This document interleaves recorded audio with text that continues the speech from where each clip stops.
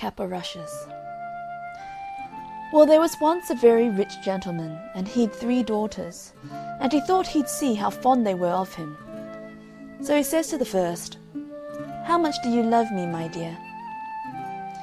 "Why," says she, "as I love my life." "That's good," says he. So he says to the second, "How much do you love me, my dear?" "Why," says she, "better nor all the world." "That's good," says he. So he says to the third, "How much do you love me, my dear?" "Why, I love you as fresh meat loves salt," says she. Well, he was that angry. "You don't love me at all," says he, "and in my house you stay no more." So he drove her out there and then, and shut the door in her face. Well, she went away on and on, till she came to a fen, and there she gathered a lot of rushes, and made them into a kind of a sort of a cloak with a hood, to cover her from head to foot, and to hide her fine clothes. And then she went on and on, till she came to a great house. "Do you want a maid?" says she. "No, we don't," said they. "I haven't nowhere to go," says she, "and I ask no wages, and do any sort of work," says she. "Well," says they, "if you like to wash the pots and scrape the saucepans, you may stay," said they. So she stayed there and washed the pots, and scraped the saucepans, and did all the dirty work. And because she gave no name, they called her Cap-o'-Rushes. Well, one day there was to be a great dance a little way off, and the servants were allowed to go and look on at the grand people. Cap-o'-Rushes said she was too tired to go, so she stayed at home. But when they were gone, she offed with her Cap-o'-Rushes, and cleaned herself and went to the dance, and no one there was so finely dressed as her. Well, who should be there but her master's son, and what should he do but fall in love with her the minute he set eyes on her. He wouldn't dance with any one else. But before the dance was done, Cap-o'-Rushes slipped off, and away she went home. And when the other maids came back, she was pretending to be asleep with her Cap-o'-Rushes on. Well, next morning they said to her, "You did miss a sight, Cap-o'-Rushes." "What was that?" says she. "Why, the beautifullest lady you ever see, dressed right gay and ga. The young master, he never took his eyes off her." "Well, I should have liked to have seen her," says Cap-o'-Rushes. "Well, there's to be another dance this evening, and perhaps she'll be there." But come the evening, Cap-o'-Rushes said she was too tired to go with them. Howsoever, when they were gone, she offed with her Cap-o'-Rushes, and cleaned herself, and away she went to the dance. The master's son had been reckoning on seeing her, and he danced with no one else, and never took his eyes off her. But before the dance was over, she slipped off, and home she went, and when the maids came back, she pretended to be asleep with her Cap-o'-Rushes on. Next day they said to her again, "Well, Cap-o'-Rushes, you should have been there to seen the lady. There she was again, gay and ga, and the young master, he never took his eyes off her." "Well there," says she, "I should have liked to have seen her." "Well," says they, "there's a dance again this evening, and you must go with us, for she's sure to be there." Well, come this evening, Cap-o'-Rushes said she was too tired to go, and do what they would, she stayed at home. But when they were gone, she offed with her Cap-o'-Rushes and cleaned herself, and away she went to the dance.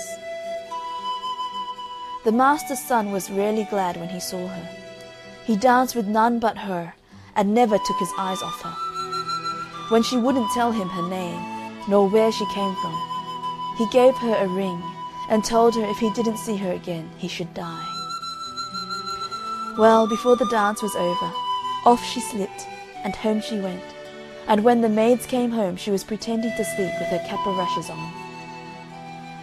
Well, next day they says to her, "There, Cap-o'-Rushes, you didn't come last night, and now you won't see the lady, for there's no more dances." "Well, I should have really liked to have seen her," says she. The master's son, He tried every way to find out where the lady was gone. But go where he might, and ask whom he might, he never heard anything about her. And he got worse and worse for the love of her, till he had to keep his bed. "Make some gruel for the young master," they said to the cook. "He's dying for the love of the lady." The cook, she set about making it when Cap o' Rushes came in. "What are you a-doing of?" says she. "I'm going to make some gruel for the young master," says the cook, "for he's dying for love of the lady." "Let me make it," says Cap o' Rushes. Well, the cook wouldn't at first, but at last she said yes, and Cap o' Rushes made the gruel. And when she had made it, she slipped the ring into it on the sly, before the cook took it upstairs. The young man, he drank it, and then he saw the ring at the bottom. "Send for the cook," says he. So up she comes. "Who made this gruel here?" says he. "I did," says the cook, for she was frightened.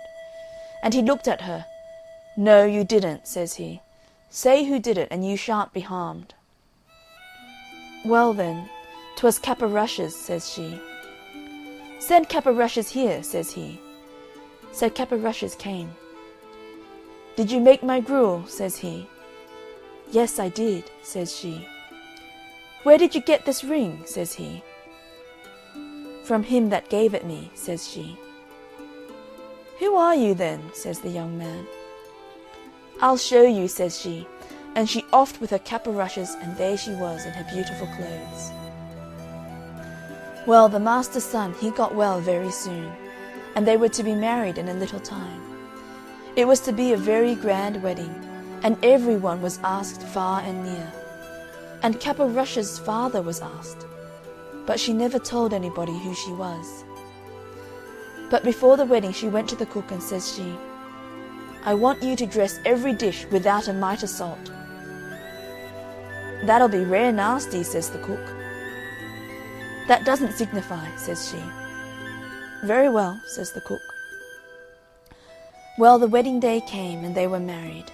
And after they were married, all the company sat down to the dinner. When they began to eat the meat, that was so tasteless they couldn't eat it. But Cap o' Rushes' father, he tried first one dish, and then another, and then he burst out crying. "What is the matter?" said the master's son to him. "Oh," says he, "I had a daughter, and I asked her how much she loved me. And she said, as much as fresh meat loves salt. And I turned her from my door, for I thought she didn't love me. And now I see she loved me best of all, and she may be dead for aught I know." "No, father, here she is," says Cap o' Rushes, as she goes up to him and puts her arms round him. And so they were happy ever after.